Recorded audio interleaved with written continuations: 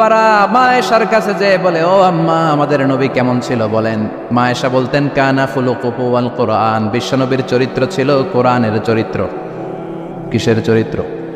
পুরো 30 পারা কোরআনে থিওরিটিক্যালি যা বলে দেয়া আছে, বিশ্বনবীর জীবনীতে প্র্যাকটিক্যালি সেগুলো করে দেখানো আছে। সুবহানাল্লাহ। সাহাবারা বললেন, ও মা, এত সংক্ষেপে কেন বলেন, একটু বিস্তারিত বলেন আমার নবীর চরিত্র কেমন ছিল। মা আয়েশা বললেন, ও সাহাবারা, তোমরা কি কোরআনের 23তম সূরা সূরাতুল মুমিনুনের প্রথম 10টা আয়াত তেলাওয়াত করো নাই? এই প্রথম 10টা আয়াতের ভিতরে যেই গুণের কথা আছে, সবগুলো গুণ দিয়ে তোমাদের নবীর জীবন সাজানো ছিল। আমরাও চাই আমাদের জীবনটাও এই গুণাবলী দিয়ে আমরা সাজাবো। রাজি আছেন তো? আপনাদের মনোযোগ আছে? আপনারা সিরিয়াসলি কথাগুলো শোনার জন্য বসেছেন তো? তাকবীর দেন, লিল্লাহি তাকবীর। আল্লাহ বললেন, قد أفلح المؤمنون الذين هم في صلاتهم خاشعون। قد أفلح المؤمنون দিয়ে আল্লাহ শুরু করেছেন। قد أفلح المؤمنون, successful indeed are the believers। সফল কাম হলো তারা ঈমান এনেছে যারা। কার কথা? সফল কারা? who are the successful in life? যদি আপনারা কেউ প্রশ্ন করে সফল কারা, যদি আমাদেরকে জিজ্ঞেস করা হয় কারা সফল, সফলতার মানদণ্ড কি? এ পৃথিবীর বুকে সফল হওয়ার অনেক মানদণ্ড হতে পারে, পারে না? In terms of wealth and money, অর্থের মানদণ্ডে কারা সফল যদি জিজ্ঞেস করা হয়, কার নাম বলবেন? হ্যাঁ, বিল গেটস, তাই না? মাইক্রোসফট কোম্পানির মালিক, কত টাকার যে সে মালিক সে নিজেও জানে না। আর কে আছে এরকম সফল? ওয়ারেন বাফেট, অনেক বড় ধনী। আর কে আছে? স্টিভ জবস, অ্যাপল কোম্পানির মালিক, তাই না? প্রিন্স ওয়ালিদ বিন জালাল, একটা প্লেন আছে, নিজের জেট প্লেন, যে প্লেনটার 70% স্বর্ণ দিয়ে বানানো প্লেন, এটার 70% মেড অফ গোল্ড। তাহলে অর্থের মানদণ্ডে যদি বলি সফল কারা, এদের নাম আসবে। ইনি সফল, ইনি সফল, ইনি সফল, ঠিক কিনা? এবার যদি বলি ইন টার্মস অফ পাওয়ার, ক্ষমতার মানদণ্ডে পৃথিবীতে সবচেয়ে সফল কে? Donald Trump, President of United States of America. কি কয় নিজেই জানেন, আছে না নাই? আদা পাগল। সাইকিয়াট্রিস্টরা বলে ওর মাথার মধ্যে ঝামেলা আছে। কি কয় নিজেই বোঝে না, অবাক করা আচরণ করে, ছোট বাচ্চার মতো কথা বলে। তারা বলে গায়ে গতরে ডোনাল্ড ট্রাম্প বড় হয়েছে, কিন্তু মেন্টালিটি বড় হয় নাই, ছোট বাচ্চা। শরীরে বড় হয়েছে কিন্তু তার মানসিক অবস্থা ছোট বাচ্চার মতো। বাচ্চাগুলোকে ঘুষাঘুষি করে রাস্তায়। আমেরিকার প্রেসিডেন্ট, ক্ষমতার মানদণ্ডে সবচেয়ে বড় ক্ষমতাশীল। Vladimir Putin, President of Russia. এরপরে নরেন্দ্র মোদী, চীনের, ওটার নাম কি? চীনের আগে ছিল হু জিনটাও। কি নাম? তোর নাম হচ্ছে হু জিনটাও। এখন আরেকটা কি যেন জি জিং, এরকম একজন আসছে। হ্যাঁ, জি জিং ক্ষমতার মানদণ্ডে অনেক ক্ষমতাশীল। অ্যাঞ্জেলা মার্কেল আছে, এটা এরা হচ্ছে ক্ষমতার মানদণ্ডে সফল। তাহলে অর্থের মানদণ্ডে একদল সফল, ক্ষমতার মানদণ্ডে আরেক দল সফল। এবার যদি বলি in terms of name and ফেম, ক্ষমতা নয়, অর্থ নয়, জনপ্রিয়তা বললেই চিনে। মেসি আছে না নাই? ওই সব চিনে, মুখস্থ। নাম কি? মাসি না বেটা, মেসি।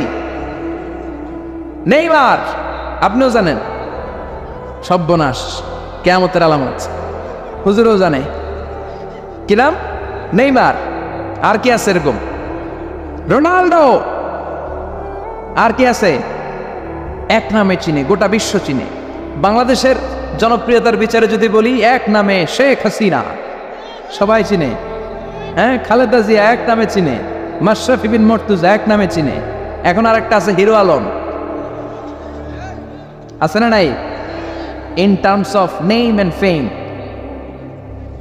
আল্লামা দেলোয়ার হোসেন সাঈদী, এক নামে 17 কোটি বাংলাদেশের মানুষ চিনে। চিল্লায় বলো ঠিক কিনা? এটা হচ্ছে in terms of name and fame, খ্যাতি, যশ, জনপ্রিয়তা। তার মানে দুনিয়ার বুকে অর্থের মানদণ্ডে কিছু লোক সফল, আবার ক্ষমতার মানদণ্ডে কিছু লোক দুনিয়ার বুকে সফল, আবার জনপ্রিয়তার মানদণ্ডে কিছু নাম বললেই সবাই চিনে। অমিতাভ বচ্চন, শাহরুখ খান, আমির খান, সালমান খান, খয়ার খান, আছে না নাই? তো অর্থের মানদণ্ডে কেউ সেরা সফল, ক্ষমতার মানদণ্ডে কেউ সফল, জনপ্রিয়তার মানদণ্ডে সফল। আল্লাহ বলে আমার কাছে এগুলা মানদণ্ড না। আল্লাহ বলে ক্ষমতা আমার কাছে মানদণ্ড না সফল হওয়ার, অর্থ আমার কাছে সফলতার মানদণ্ড না, জনপ্রিয়তাও আমার কাছে সফলতার মানদণ্ড না। আমার কাছে সফলতার মানদণ্ড হলো ঈমান। আল্লাহর কাছে সফলতার মানদণ্ড কি? দুনিয়াতে আপনার টাকা আছে, ক্ষমতা আছে, আপনি বের হলে সামনে গাড়ি, পেছনে গাড়ি, সামনে পুলিশ, পেছনে পুলিশ, সামনে বডিগার্ড, পেছনে বডিগার্ড, কিন্তু আল্লাহর কাছে এই ক্ষমতার 4 আনা দাম নাও থাকতে পারে। চিল্লায় এখন ঠিক কিনা? আল্লাহ বলেন ক্ষমতা আমার কাছে সফলতার মানদণ্ড না, অর্থ আমার কাছে সফলতার মানদণ্ড না, জনপ্রিয়তা আমার কাছে সফলতার মানদণ্ড না। আমি আল্লাহর কাছে সফলতার মানদণ্ড হলো ঈমান। আল্লাহর কাছে সফলতার মানদণ্ড কি? ঈমান যদি না থাকে তার কোনো দাম in the day of judgement আল্লাহর কাছে আছে। চিল্লায় বলেন আছে? সেজন্য আল্লাহ বললেন কদ আফলাহাল মুমিনুনাল্লাযীনা হুম ফি সালাতিহিম খাশিউন। এই দুনিয়া এবং আখিরাতে সফল হয়েছে তারা, আল্লাহর উপর ঈমান এনেছে যারা। ঠিক কিনা? সফল হয়েছে কারা? ঈমান এনেছে যারা। চিল্লায় উত্তর দেন, সফল হয়েছে কারা? নাকি যাদের টাকা বেশি এরা সফল, ক্ষমতা বেশি এরা সফল, এক নামে সারা বিশ্ব চিনে, সেলিব্রিটি এরা সফল? সফল হচ্ছে ঈমানদার। আমরা সেই ঈমানদার গোষ্ঠীর মানুষ, আমরা সেই ঈমানের পথের সৈনিক। চিল্লায় বলেন ঠিক কিনা?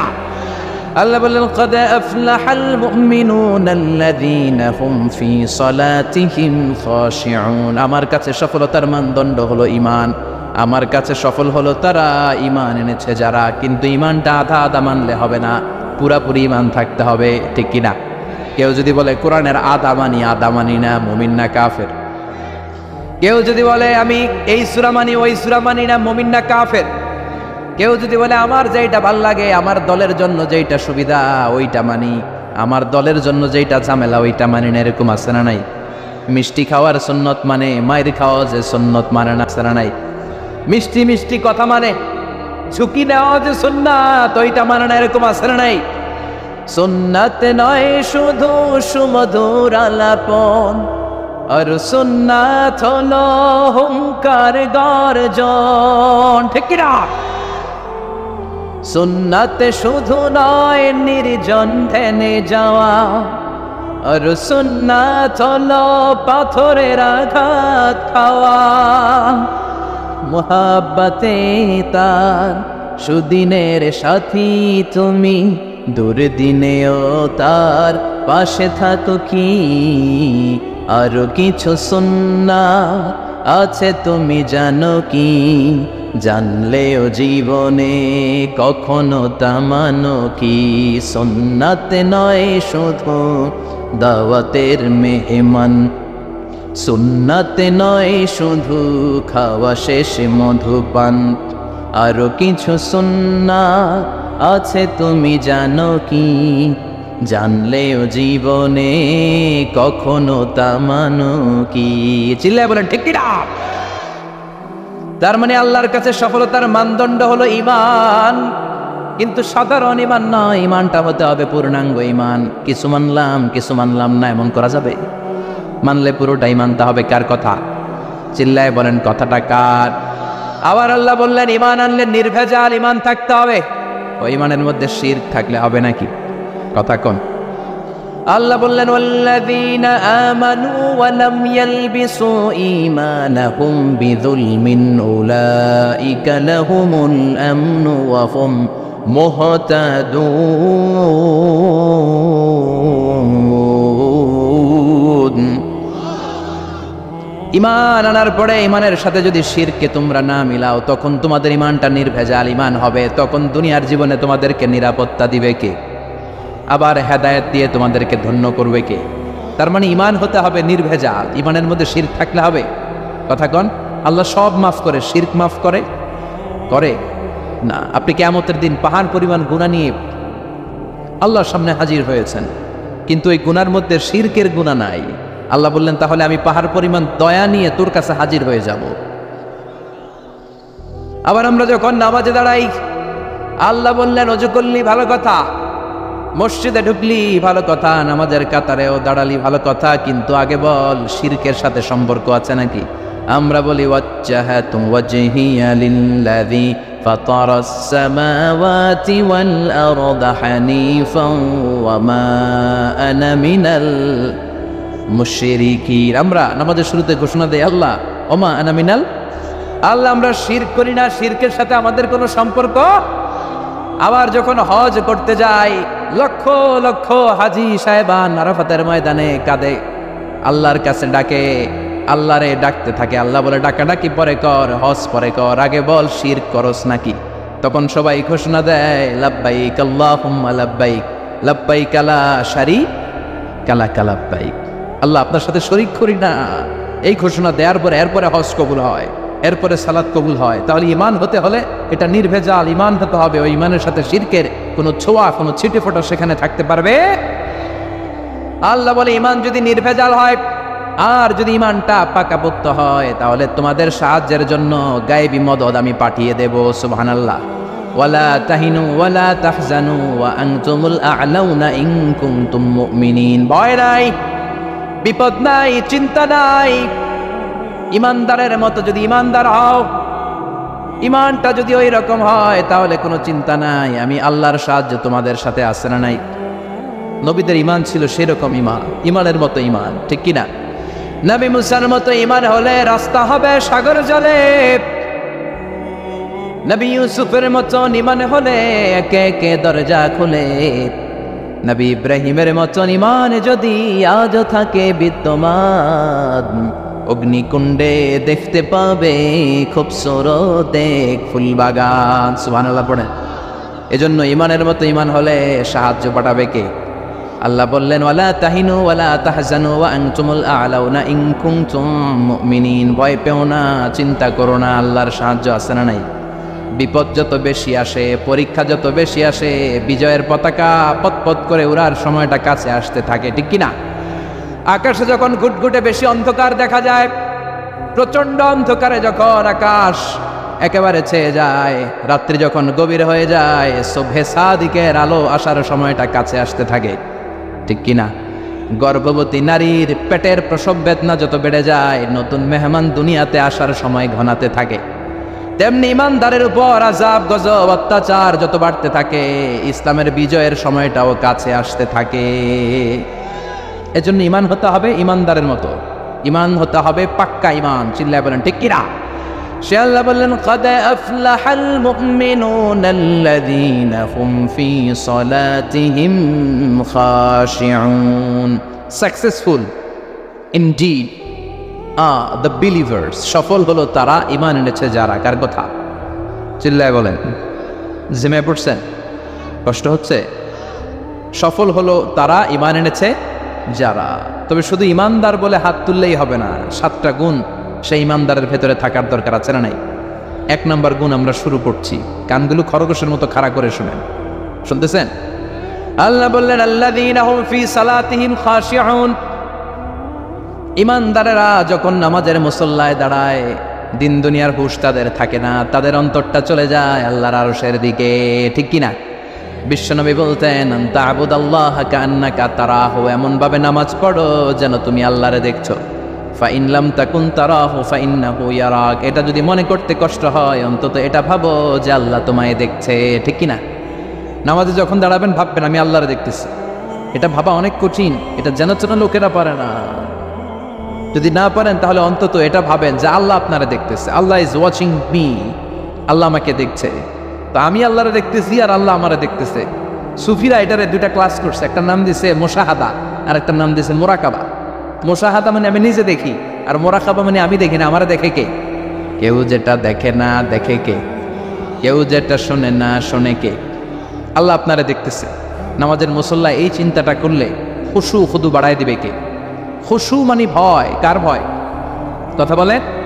যাদের হৃদয়ে আছে আল্লাহর ভয়, তারা কবু পথ ভুলে যায় না, আল্লাহর প্রেম ছাড়া এই দুনিয়ায় কারো কাছে কোনো কিছু চাই না। রাতের আধারে যারা সেজদাতে রয়, দু চোখের স্রোতে নদী যেন বয়। রাতের আধারে যারা সেজদাতে রয়, দু চোখের স্রোতে নদী যেন বয়। ছলনার হাতছানি যতই আসুক, পেছনে ফিরেও সে তাকায় না। যাদের হৃদয়ে আছে আল্লাহর ভয়, তারা কবু পথ ভুলে যায় না। আল্লাহর প্রেম ছাড়া এই দুনিয়ায় কারো কাছে কোনো কিছু চায় না, কারো কাছে কোনো কিছু চায় না। ঠিক না? খুশু মানে আল্লাহর ভয়।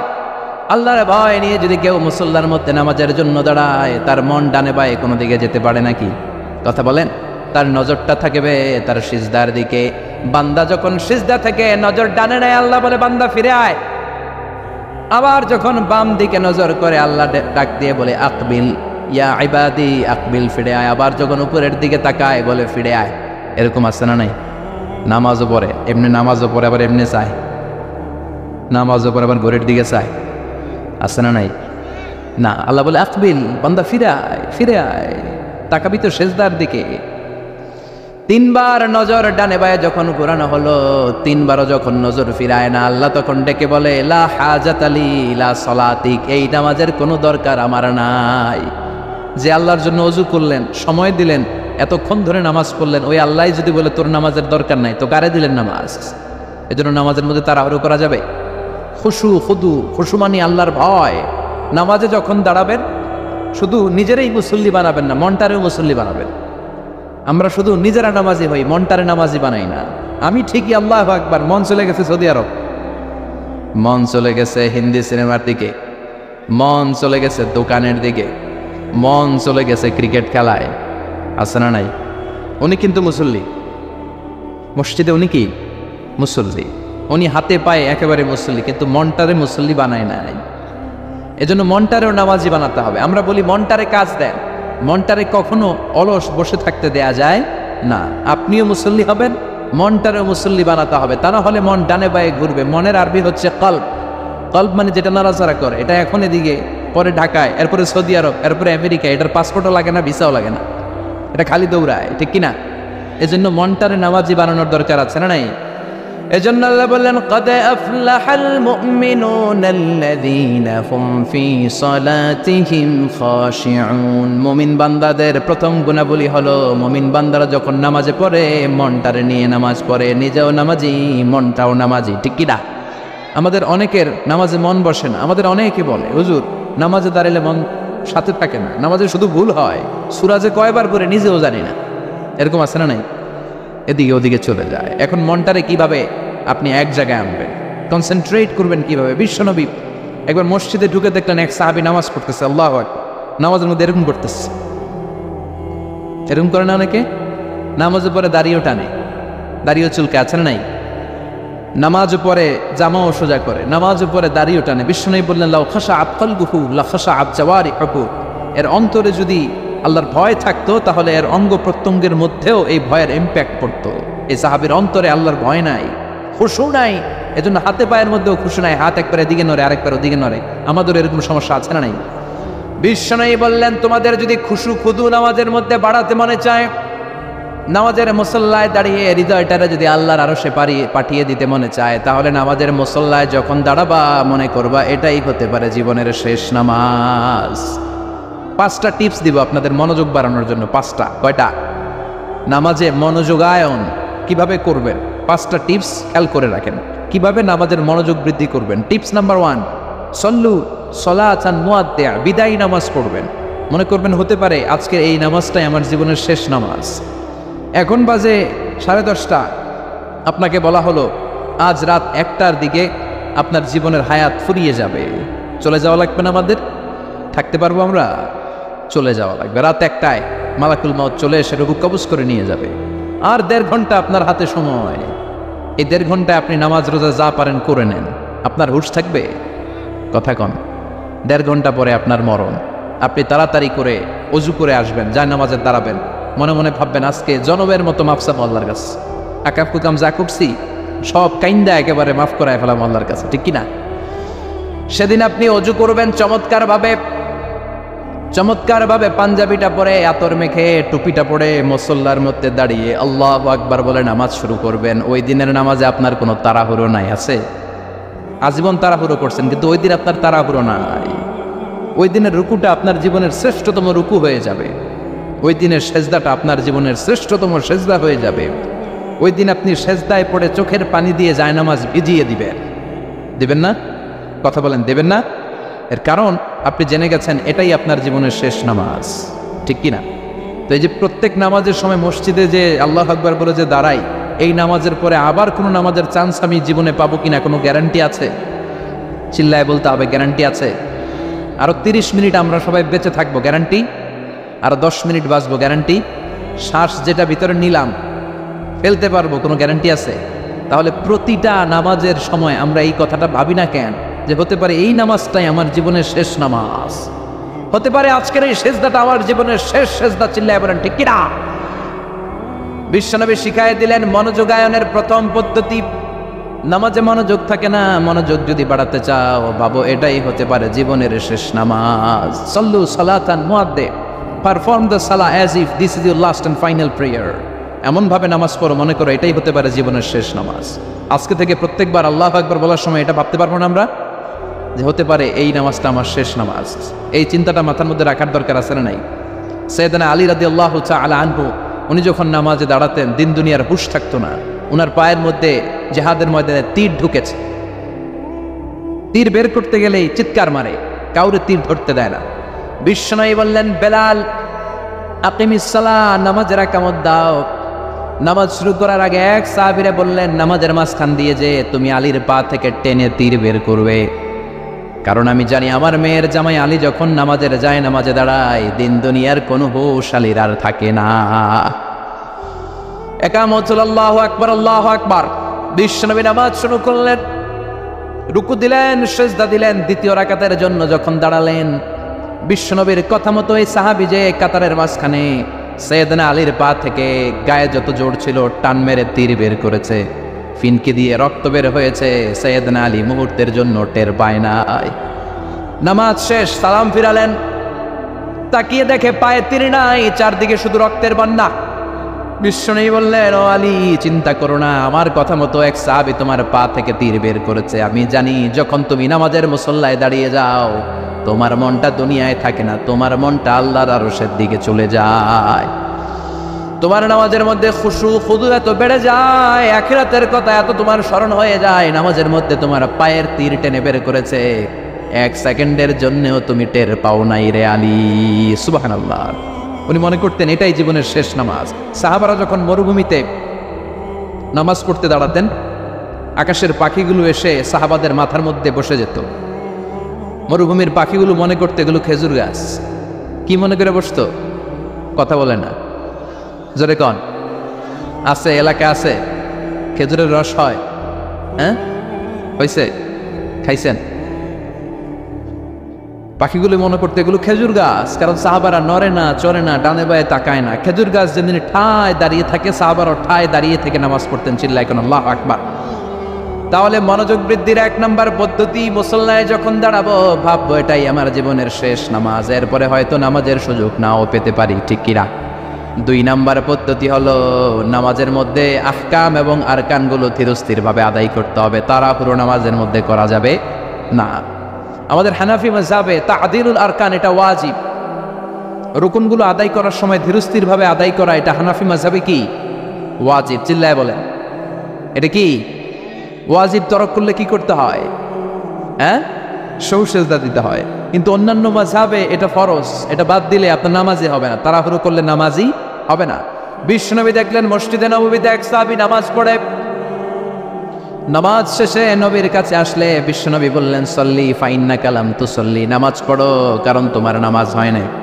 সাহাবী আবার পড়লেন, আবার আসলেন, বিশ্বনবী বললেন, সল্লি ফাইন্নাকা লাম তুসল্লি, নামাজ পড়ো তোমার নামাজ হয় নাই। সাহাবী আবার নামাজ পড়ে আবার নবীর কাছে আসলেন, বিশ্বনবী বললেন, সল্লি ফাইন্নাকা লাম তুসল্লি, নামাজ পড়ো নামাজ হয় নাই। এবার সাহাবী এসে বলে, ও নবী, 3 বার পড়লাম, নামাজ আমার হয় না, এর চেয়ে ভালো নামাজ আমি পড়তে জানি না। বিশ্বনবী বললেন, তাহলে আসো আমি শিখাইয়া দেই। যখন নামাজে দাঁড়াবা ধীরস্থির ভাবে দাঁড়াবা, রুকুতে যখন যাবা পিঠটারে টান টান করে সোজা করে দিবা। বিশ্বনবী যখন রুকু দিতেন বিশ্বনবীর পিঠটা একেবারে স্ট্রেট ফরওয়ার্ড। সাহাবারা বলতেন, বিশ্বনবীর রুকু দেওয়া পিঠের উপরে যদি পানি ভর্তি একটা গ্লাস রেখে দেওয়া হয়, পানিগুলা কাঁপবে না, গ্লাসটাও পড়বে না। সুবহানাল্লাহ। তার মানে বিশ্বনবীর রুকুর পিঠটা কেমন ছিল?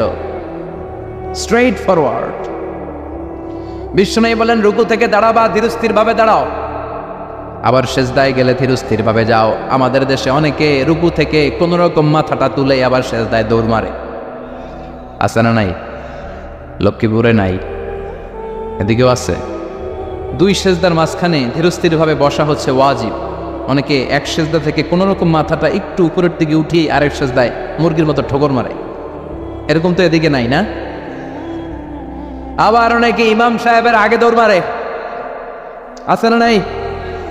ইমাম সাহেব সামি আল্লাহু লিমান হামিদা বলে দাঁড়াইছে, ওনার আর সহ্য হয় না, উনি আগে সেজদা দিবে, কিন্তু ইমামের আগেও যাইতে পারে না, মাঝখানে যাই হ্যাং হয়ে থাকে, আছে না নাই?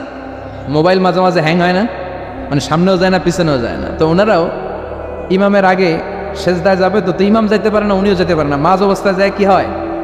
হ্যাং। হ্যাং হইবেন আপনারা? হ্যাং হওয়া যাবে না। তাহলে মনোযোগ বাড়ানোর 2 নম্বর পদ্ধতি হচ্ছে, কি করবেন?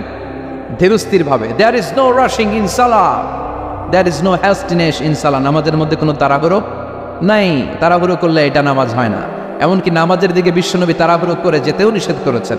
ইদা উকিমাতিস সালাহ, নামাজ যখন শুরু হয়ে যাবে ধীরস্থির ভাবে যাবেন, তাড়াহুড়ো করে যাওয়া যাবে না।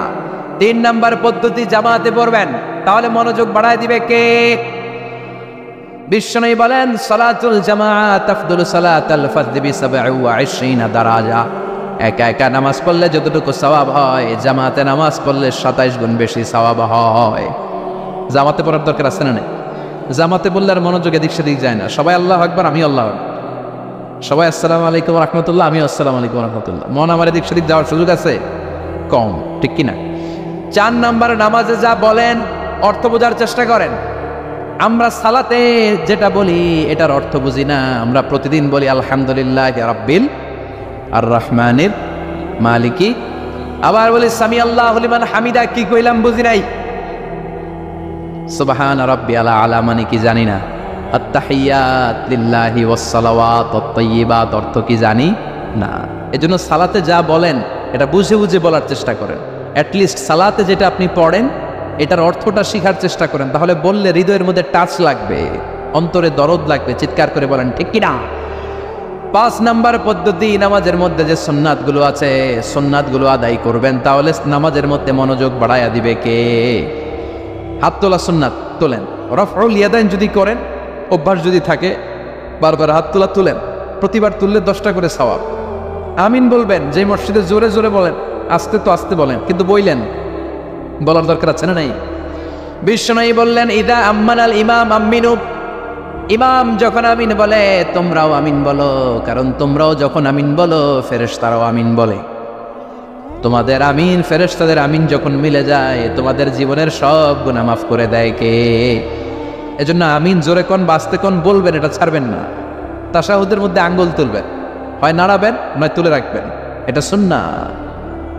আশাদ্দু আলা শাইতান মিনাল হাদিদ, শয়তানরে লোহা দিয়া পিটাইলে যত কষ্ট পায়, তাশাহুদে বসে এই আঙ্গুলটা নাড়ালে এর চেয়ে বেশি কষ্ট পায়। সুবহানাল্লাহ কইবেন না? এজন্য মুরাআতুস সুনান, সুন্নাতগুলো মানার চেষ্টা করেন, সালাতে মনোযোগ বাড়ায় দিবে কে? এজন্য আল্লাহ বললেন, ক্বাদ আফলাহাল মুমিনুনাল্লাযীনা হুম ফি সালাতিহিম খাশিউন।